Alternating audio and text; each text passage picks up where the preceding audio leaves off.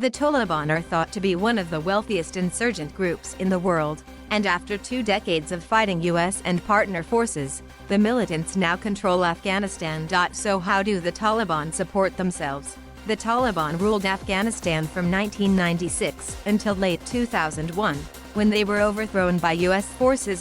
Despite the 20-year conflict that followed and the deaths of tens of thousands of Taliban fighters, the group's territorial control and military strength has increased in recent years. By mid-2021 they had an estimated 70,000 to 100,000 fighters, up from around 30,000 a decade ago, according to the US.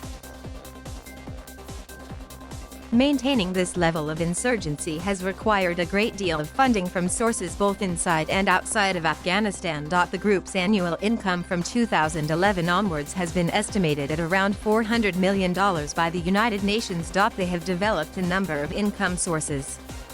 We've looked into some of the main ones. Several Afghan and US officials have long accused certain countries, including Pakistan, Iran, and Russia, of giving financial aid to the Taliban. This is a practice they frequently deny. However, private citizens from Pakistan and several Gulf countries including Saudi Arabia, the United Arab Emirates, and Qatar are considered to be the largest individual contributors. Although impossible to measure exactly, these sources of funding are thought to provide a significant proportion of the Taliban's revenue. According to experts, it could be as much as $500 million a year. These links are long-standing. A classified U.S. intelligence report estimated that in 2008 the Taliban received $106 million from foreign sources, in particular from the Gulf states.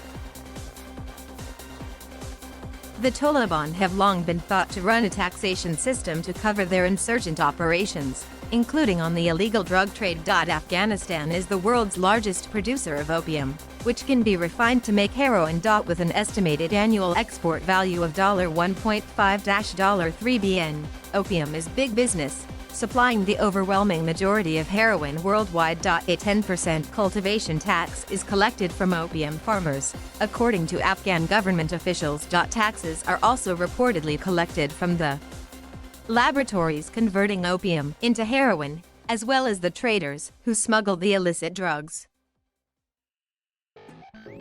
Estimates of the Taliban's annual earnings from the illicit drug economy range from $100m–$400m. The drug trade accounts for up to 60% of the Taliban's annual revenue, said U.S. Commander General John Nicholson in the 2018 Special Inspector General for Afghan Reconstruction report. But some experts say this figure is an overestimation. The Taliban often deny their involvement in the drug industry and take pride in having banned opium poppy cultivation for a period while in power in 2000. The Taliban's financial network extends well beyond taxing just the opium business.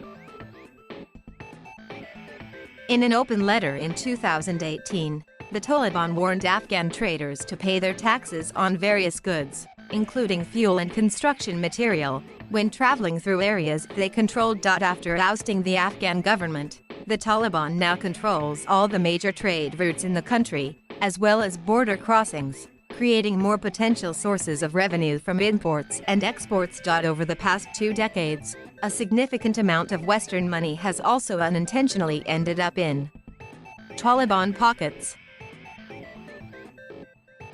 Firstly, the Taliban have taxed development and infrastructure projects, including roads, schools, and clinics, mostly funded by the West. Secondly, the Taliban are thought to have made tens of millions of dollars annually from taxing truckers supplying international forces stationed in various parts of the country. They are also thought to have made a significant amount of money from services provided by the Afghan government. And there is also income generated directly from conflict. Each time the Taliban captures a military post or an urban center, they empty treasuries and seizes scores of weapons, as well as cars and armored vehicles. Afghanistan is rich in minerals and precious stones, much of it underexploited as a result of the years of conflict.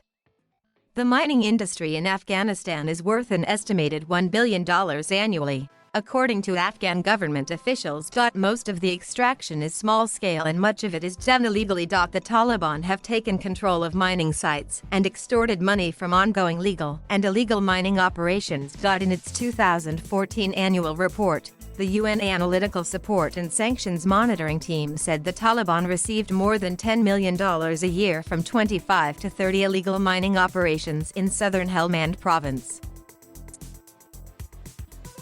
Read more from Reality Check. Send us your questions.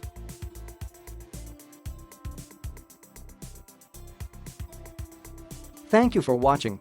Please subscribe.